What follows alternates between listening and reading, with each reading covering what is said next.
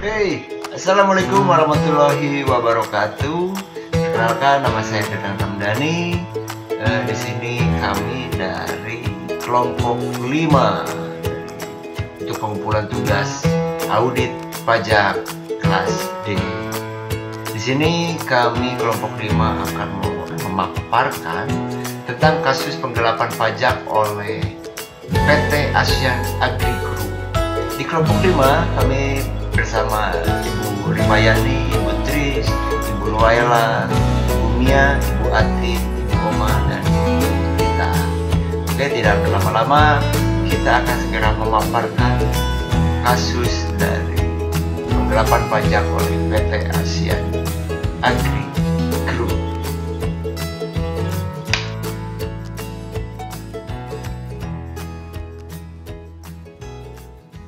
Pajak merupakan salah satu sumber dana untuk pertumbuhan ekonomi Indonesia.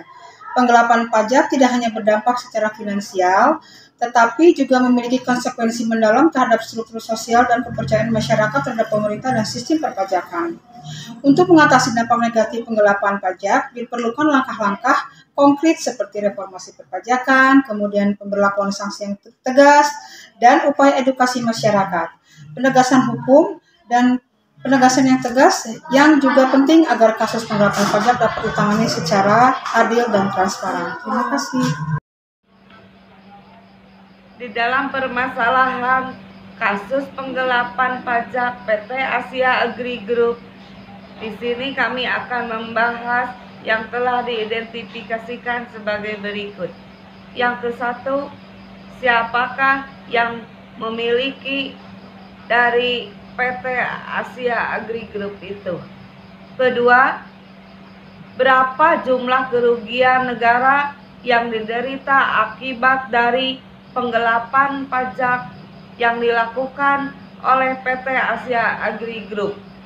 Ketiga, bagaimana awal mulanya kasus penggelapan pajak yang dilakukan oleh PT Asia Agri Group itu sehingga bisa terbongkarnya dan diketahui oleh negara. Yang keempat, termasuk pajak apakah yang digelapkan oleh PT Asia Agri Group itu. Kelima, mengapa di sini perlindungan saksi menjadi permasalahan yang lemah di dalam kasus penggelapan pajak PT Asia Agri Group itu. Keenam, apa yang dimaksud dengan penyelesaian kasus pajak PT Asia Agri Group melalui celah keluar dari pengadilan? Maka dilanjutkan oleh penjelasannya sebagai berikut. Assalamualaikum warahmatullahi wabarakatuh. Perkenalkan, nama saya Oma Rohmah. Saat ini akan membahas mengenai definisi pajak, subjek pajak, dan tujuan dari pajak itu sendiri. Perpajakan saat ini menghadapi serangkaian perubahan yang bertujuan memastikan keadilan dan keseimbangan dalam pembayaran pajak, khususnya terkait dengan perusahaan teknologi. Upaya kebijakan pajak terus berkembang sebagai tanggapan terhadap dinamika ekonomi dan perkembangan teknologi. Pemerintah di berbagai negara gencar mengubah kebijakan perpajakan untuk memastikan bahwa perusahaan, terutama yang beroperasi secara digital, membayar pajak sesuai dengan pendapatan yang dihasilkan di berbagai yurisdiksi. Selanjutnya adalah definisi pajak. Pajak menurut beberapa para ahli. Yang pertama, pendapat Profesor Dr. Ahmad Sumitro SH pada tahun 1979. Pajak adalah iuran rakyat kepada kas negara berdasarkan undang-undang yang dapat dipaksakan dengan tiada mendapatkan jasa timbal atau kontra prestasi yang langsung dapat ditunjukkan dan digunakan untuk membayar pengeluaran umum. Selanjutnya itu menurut Profesor Dr. PJA Andriani, pajak adalah iuran kepada negara yang dipaksakan diterima oleh yang wajib membayarnya tanpa prestasi kembali dan digunakan untuk membiayai pengeluaran umum pemerintah. Selanjutnya pajak menurut undang-undang. Undang-Undang Nomor 19 Tahun 2009 tentang KUP Pasal 1 Ayat 1. Pajak adalah kontribusi wajib kepada negara yang terutang oleh orang pribadi atau badan yang bersifat memaksa berdasarkan undang-undang dengan tidak mendapatkan imbalan secara langsung dan digunakan untuk keperluan negara bagi sebesar-besarnya untuk kemakmuran rakyat. Selanjutnya yaitu tujuan perpajakan. Tujuan perpajakan yaitu pertama untuk pendanaan pemerintah. Ini menyangkut untuk pembangunan sebuah negara. Yang selanjutnya itu untuk redistribusi kekayaan, stabilitas ekonomi, pengaturan perilaku ekonomi, penciptaan keadilan sosial, dan perlindungan industri dan lingkungan. Selanjutnya, subjek pajak. Subjek pajak menurut Undang-Undang Nomor 36 Tahun 2008 meliputi 1. Orang pribadi dan warisan yang belum terbagi, yang kedua badan, yang ketiganya bentuk usaha tetap. Sedangkan menurut PP 23 Tahun 2018 terdiri dari penyesuaian pada tarif pajak itu sendiri. Demikian pemaparan materi tentang definisi, subjek, dan dari tujuan pajak. Selanjutnya akan dilanjutkan oleh rekan saya. Pada slide penggelapan pajak, di sini penggelapan pajak merupakan suatu pelanggaran yang dilakukan oleh wajib pajak yang melanggar peraturan perundang-undangan di Indonesia. Peningkatan kasus penggelapan pajak yang ada di Indonesia adalah sebuah fenomena yang sangat kompleks yang dapat dijelaskan oleh berbagai faktor. Pada slide penyebab penggelapan pajak, di sini ada penggelapan pajak yang disebabkan oleh kompleksitas peraturan pajak, lemahnya penegakan hukum, kemudian ada tingginya tarif pajak, lalu ada yang disebabkan oleh globalisasi, mobilitas aset, korupsi dalam sistem perpajakan, kurangnya kesadaran masyarakat, kemudian adanya keterbatasan teknologi di aparat pajak, dan yang terakhir disebabkan oleh krisis ekonomi. Saya akan coba menguraikan poin-poin yang menyebabkan penggelapan pajak ini. Poin ke-1 yaitu kompleksitas peraturan pajak. Peraturan pajak yang kompleks dan sulit dipahami dapat memberikan celah bagi orang atau perusahaan untuk menghindari atau mengelabui sistem perpajakan. Contohnya misalkan suatu sistem peraturan pajak yang rumit dapat memberikan ruang bagi praktik-praktik agresif dalam perencanaan pajak.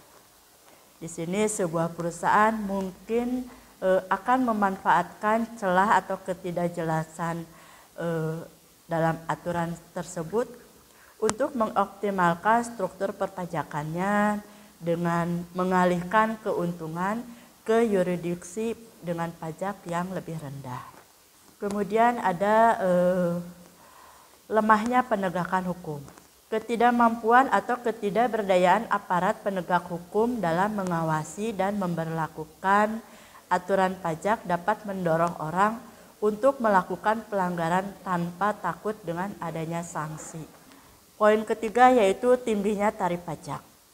Tarif pajak yang tinggi dapat mendorong orang untuk mencari cara untuk mengurangi beban pajak mereka, baik melalui penghindaran pajak secara sah maupun cara-cara yang tidak sah. Kemudian poin keempat yaitu globalisasi. Globalisasi memberikan fleksibilitas bagi wajib pajak atau seseorang ataupun perusahaan untuk memindahkan kekayaan mereka ke tempat-tempat dengan aturan perpajakan yang lebih menguntungkan. Contohnya sebuah perusahaan multinasional, dia menempatkan kantor pusatnya di negara lain dengan pajak yang lebih rendah. Sementara perusahaan tersebut memindahkan atau dia mempunyai laba yang besar di negara yang lain dengan tarif pajak yang lebih tinggi. Maka bisa dilihat perusahaan tersebut berusaha menciptakan kesenjangan perpajakan yang dapat dimanfaatkan. Lalu poin penyebab yang lain yaitu mobilitas aset. Kemudahan memindahkan aset secara internasional memungkinkan individu atau perusahaan untuk menyembunyikan atau mengalihkan kekayaan mereka untuk menghindari perpajakan. Yang selanjutnya yaitu korupsi dalam sistem perpajakan. Korupsi dapat memberikan kemungkinan bagi pelaku untuk mendapatkan perlakuan khusus atau menghindari kewajiban pajak dengan membayar suap atau melakukan tindakan korup. Lalu poin selanjutnya yaitu kurangnya kesadaran masyarakat. Ketidakpahaman atau kurangnya kesadaran masyarakat tentang pentingnya membayar pajak dapat menyebabkan banyak orang tidak mematuhi kewajiban perpajakan mereka. Contohnya misalkan suatu masyarakat atau sebuah komunitas kurang memahami bagaimana dana pajak yang mendukung pembangunan infrastruktur atau layanan publik lainnya. Assalamualaikum warahmatullahi wabarakatuh. Nama saya Tita. Dalam slide ini akan menjelaskan mengenai akibat penggelapan pajak. Akibat penggelapan pajak dapat mempengaruhi dalam bidang keuangan, ekonomi, dan psikologi.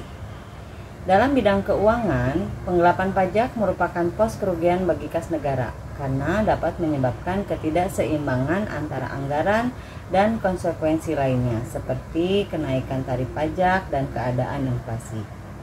Dalam bidang ekonomi, penggelapan pajak sangat mempengaruhi persaingan sehat antara para pengusaha. Maksudnya, pengusaha yang melakukan penggelapan pajak menekan biaya pajaknya secara tidak wajar, sehingga memperoleh keuntungan yang lebih besar dibandingkan pengusaha yang jujur. Sedangkan dalam bidang psikologi, jika wajib pajak terbiasa melakukan penggelapan pajak yang melanggar undang-undang, menyebabkan wajib pajak mendapatkan keuntungan bersih yang lebih besar dan perbuatannya tidak diketahui oleh Fiskas dan tidak terkena sanksi, akan menimbulkan keinginan untuk mengurangi perbuatannya itu lagi. Dalam slide ini, saya akan menjelaskan mengenai faktor-faktor yang mempengaruhi persepsi wajib pajak, baik dalam sistem perpajakannya, dalam keadilan pajak, dan juga mengenai pelayanan aparat pajak. Pengaruh sistem perpajakan terhadap penggelapan pajak. Menurut Indriani tahun 2016, semakin baik sistem perpajakan, maka akan semakin meningkat kepercayaan masyarakat terhadap pemerintah. Sehingga wajib pajak semakin patuh dalam melakukan kewajiban perpajakannya. Dan sebaliknya, apabila sistem perpajakan tidak tersistematis dengan baik, akan membuat wajib pajak ragu dalam melakukan kewajiban perpajakannya, sehingga memicu terjadinya penggelapan pajak.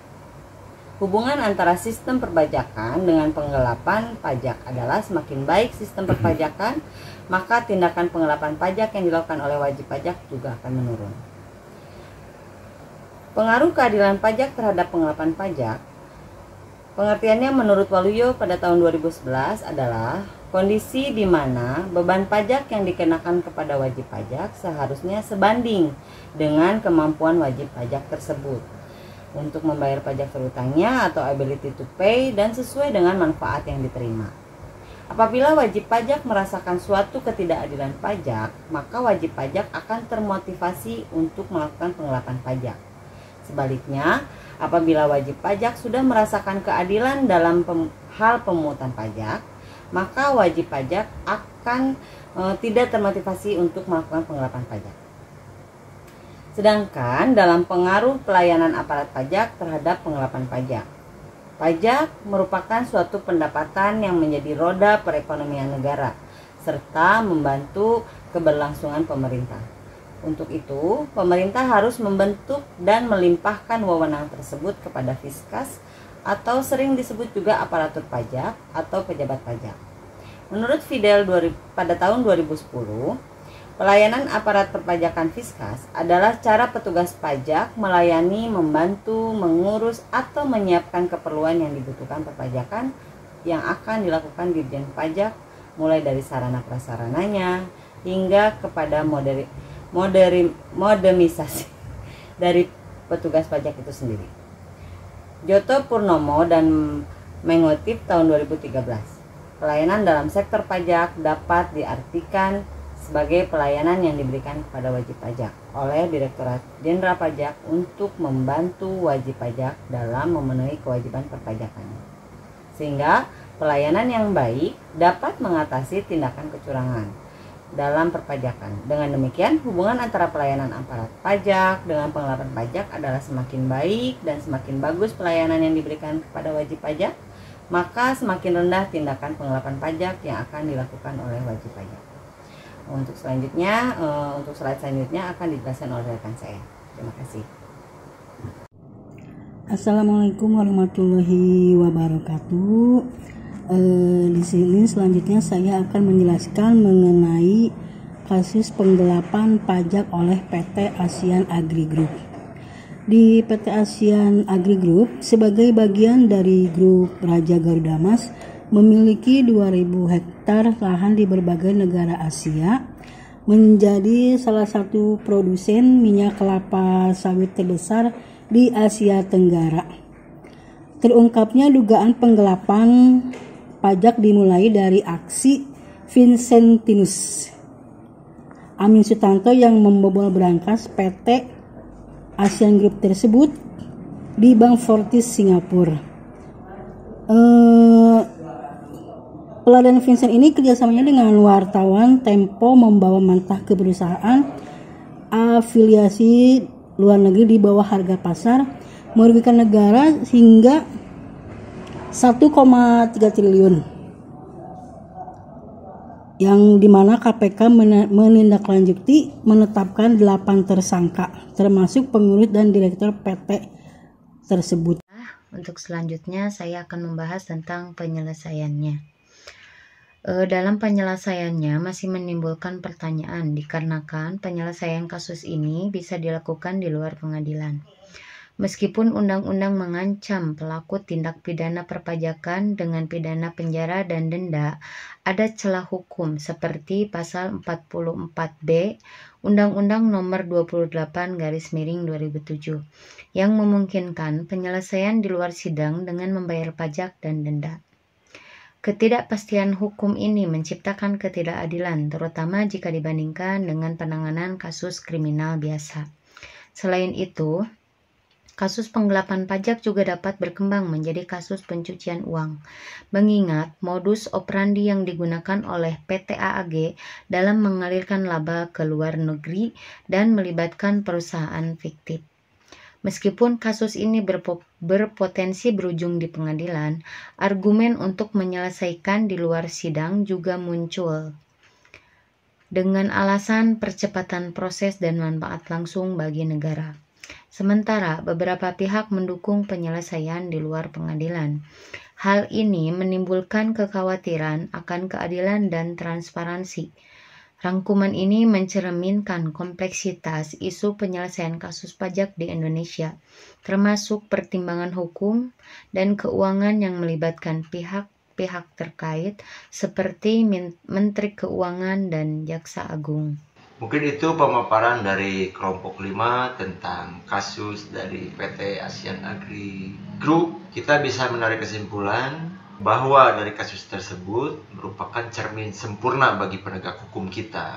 Dan dari situ pula bisa terdapat gambaran sebagian dari mereka tidaklah bersungguh-sungguh dalam menegakkan keadilan, malah berusaha untuk mensiasati hukum dengan segala cara. Tujuannya boleh jadi buat melindungi orang kaya yang diduga melakukan kejahatan, dan kalau perlu mereka melakukannya dengan cara mengorbankan orang yang lemah.